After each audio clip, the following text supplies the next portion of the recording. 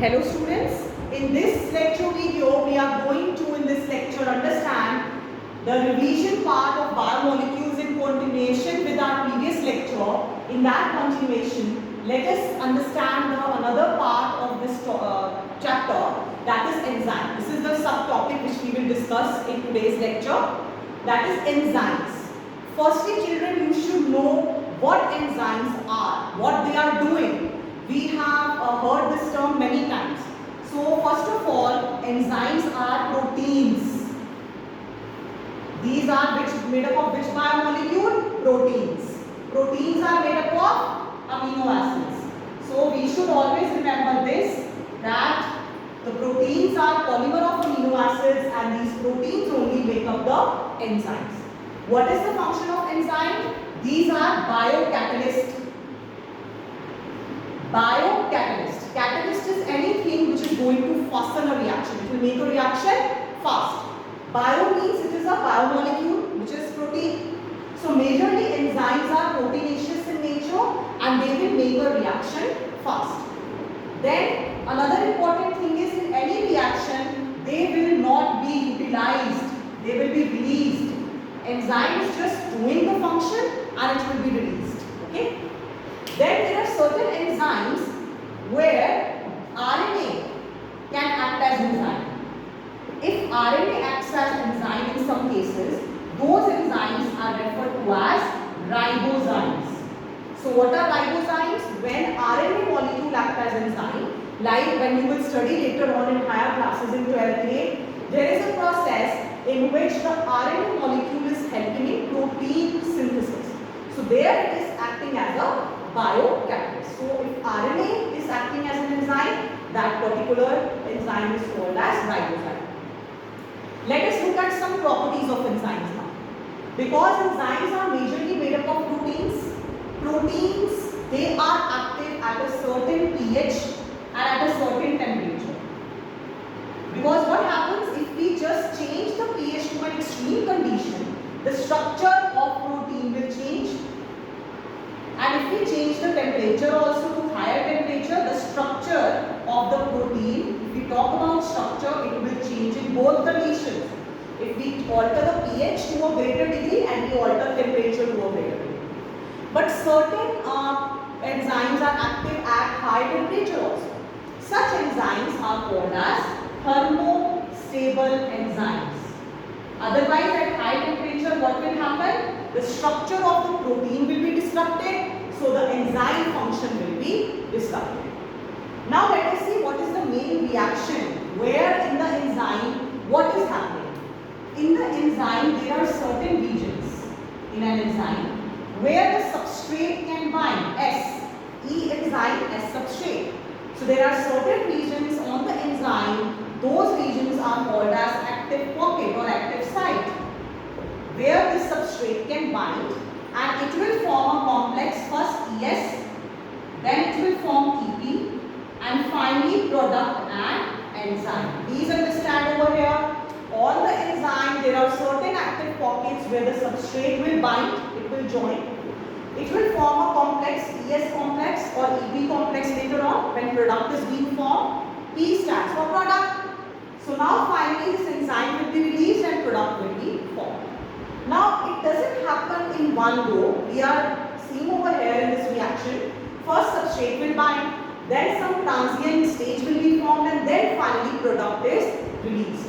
So let us understand what is this process actually, how this process is happening in case of enzymes. If we talk about two reactions, suppose I say one reaction is catalyzed by enzyme and another reaction is not catalyzed by enzyme. So how we will differentiate? With the help of this graph, we can very well differentiate. Just see over here, 1, and if I just start from here itself, and this 2. So here actually enzyme, we are talking about potential energy over here. And here we are talking about rate of the reaction which is happening. Here we know product will be formed. Here we know enzyme substrate complex will be formed. Now let us look at the energy level. this is this much energy, and over here this much energy. I'm just comparing the two levels. So can you see that this is less as compared to this? Now what is this I'm talking about? This energy, this is the activation energy, which is required by an enzyme that how it will make the product. It has to attain a certain energy level, and then only it is going to do the reaction. So when activation energy is less, means this one is an enzyme catalyzed reaction. Because when the enzyme functions, when the enzyme comes in a reaction, the activation energy decreases. So that is how we say it is making a reaction fast. What I am talking about is, if I want to convert one substrate to product, if it is catalyzed by enzyme, the activation energy is this much. If it is not catalyzed by enzyme, activation energy is this much. See, this is the difference. If enzyme is there, only this much activation energy required and product will be formed. If enzyme is not there, this much energy is required. So this is the minimum energy level which is required. So we can compare over here that if it is an enzyme catalyzed reaction, it will be faster because less of the activation energy is required. It lowers the activation energy. Now let us look at it like we were discussing the effect of pH and temperature on the activity of enzyme. Suppose this is the activity, okay, activity of enzyme, and this is the pH factor, this is temperature factor. Please look at the graph very carefully. It goes like this.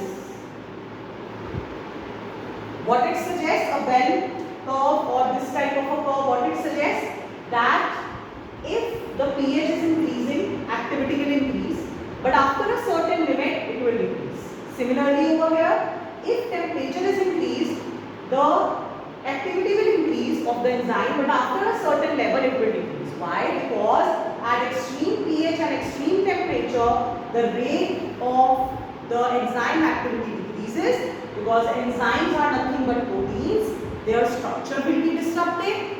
Once structure is disrupted, then their activity will lower down because they will be no more be able to function. In another graph, let us see over here. We talk about the activity of enzyme. This is the velocity of a reaction, and this is the concentration of substrate. Look again. Velocity of the reaction means enzyme rate, activity, and the substrate concentration. The curve goes like this. Means this is the maximum velocity, Vmax, the maximum velocity of an enzyme that can be attained. And over here, there is one concentration of substrate at which the Vmax is half, means 50% active. Okay, maximum is suppose 100 and the activity is 50, that much. So that substrate concentration is referred to as Km, which is a constant, Michaelis constant. This constant means for every enzyme, it is fixed what will be the maximum velocity. Okay, it has its property. So there is a value of particular enzyme. Suppose for a particular enzyme X, Vmax is Y. Okay. For this particular enzyme X, the Km, some value of Km is there. Suppose Z. So these are the fixed values of this enzyme. That maximum value it can attain, that is Y. And the substrate concentration at which the enzyme is 50% active, that is Z amount. Okay, so these are the different values. Last, let us look at it that in any enzyme when we are talking about, we also talk about inhibitors. There are certain compounds which will inhibit the enzyme activity. Now what are these inhibitors? Suppose the inhibitor structure is same as the substrate.